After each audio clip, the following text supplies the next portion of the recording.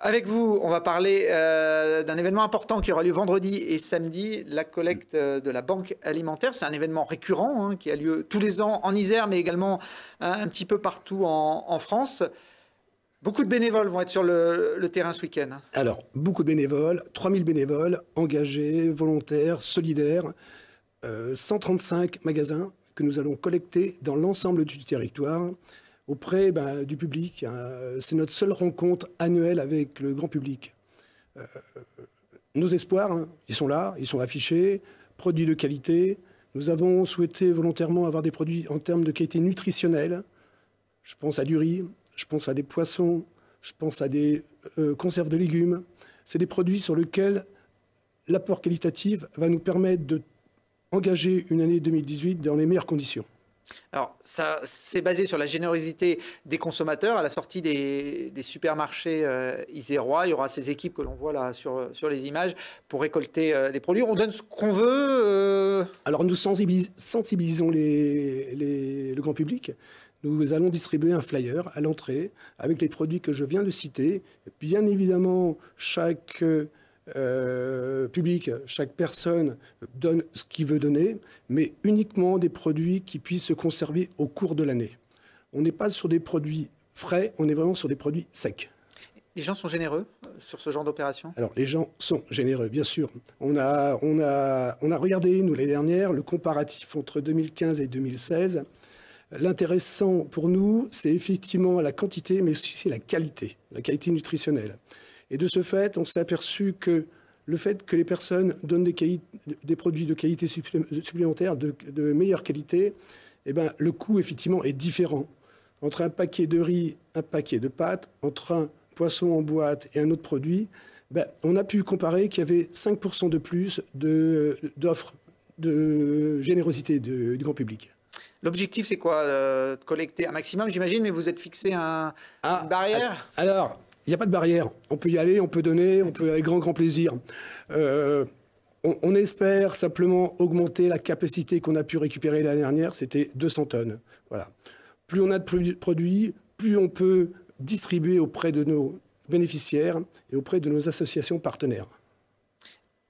Cette collecte qui a lieu une fois par an, tous ces produits, après, à quoi ils servent? Comment vous gérez ce stock? Alors, ces produits secs viennent compléter les produits que nous appelons du FEAD. Ce sont des produits européens. Si vous voulez, simplement, aujourd'hui, sur 2017, nous allons distribuer environ 1800 tonnes de produits alimentaires. 1800 tonnes de produits frais et 1800 tonnes de produits secs.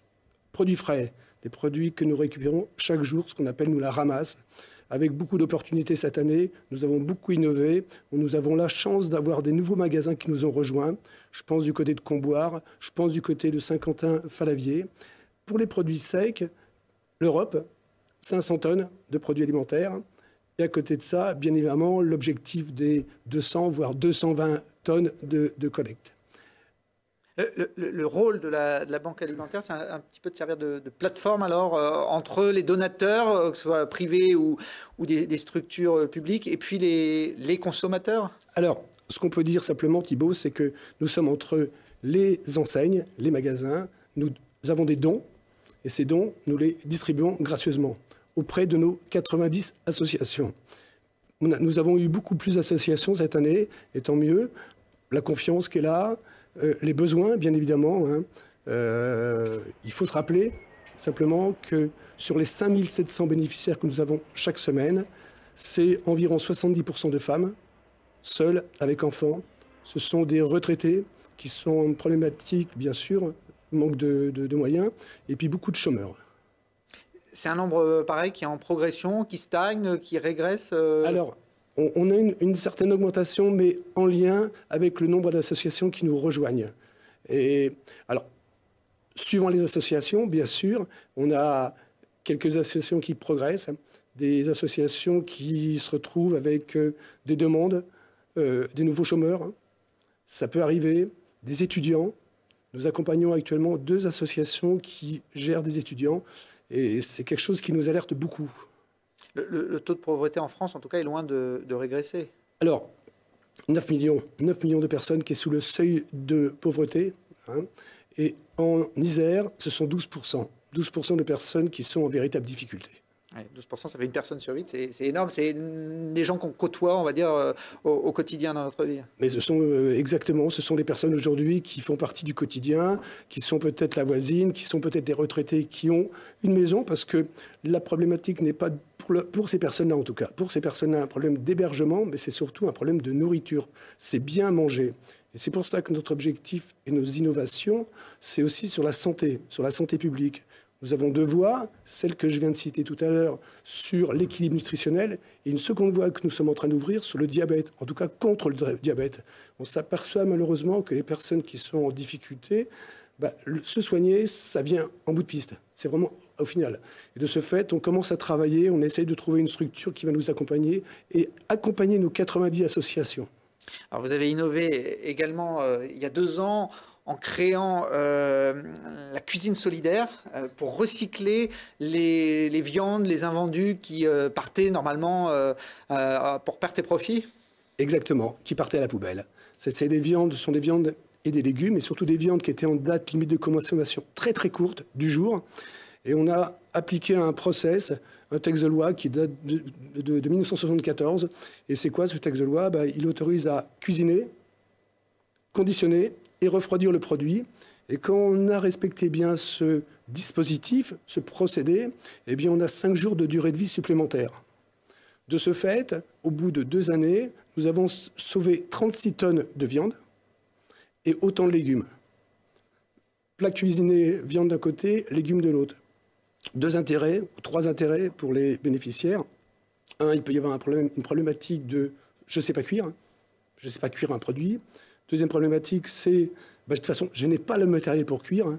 Et puis la troisième problématique, qui est la plus grande, c'est je n'ai pas les moyens de mâcher ce type de produit.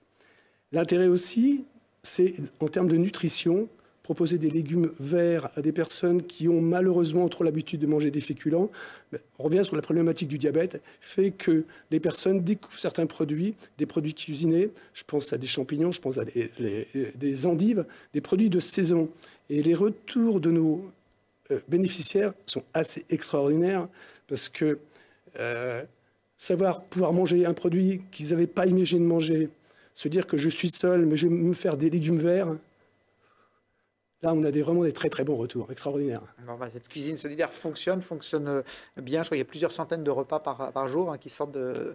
Alors, un peu plus que ça. Ouais, là, on est pratiquement entre 600 et 700 repas chaque jour. Un chef de cuisine salarié, des bénévoles qui sont d'une motivation extraordinaire et qui sont présents depuis le mois d'octobre 2015, et des écoles, l'école hôtelière, on a l'IMT, l'école des portes de Chartreuse, donc des métiers de bouche. Et puis on a aussi le Greta maintenant, le Greta qui forme ou qui accompagne des moins jeunes dans une reconversion de métier.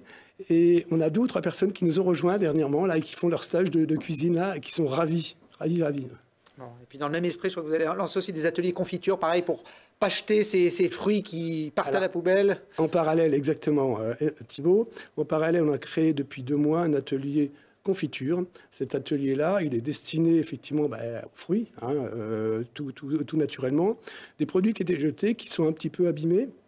Cet atelier tourne autour d'une diététicienne, de nos bénévoles, des bénévoles des associations, mais également des bénéficiaires. C'est-à-dire que les bénéficiaires viennent sur notre entrepôt et passent une matinée à fabriquer des confitures. Et là, on a des retours assez extraordinaires parce que au-delà de sauver des produits, ce qui est noble, c'est que la personne nous dit « j'avais vraiment besoin de ce moment-là. J'avais besoin de me retrouver autour d'autres personnes. » Et là, vous dites « c'est bon, enfin, on est dans la bonne voie. » Et nos innovations, nos orientations sont les bonnes. Eh ben pour vous accompagner sur la bonne voie, c'est samedi et vendredi dans beaucoup de points de vente ici en Isère. Il y a toutes les infos sur le site de la Banque alimentaire de l'Isère. Vous nous reconnaîtrez, on est tous en orange. Et on vous a vu sur les images, on ne peut pas vous rater là. On ne peut pas vous rater à l'entrée des magasins.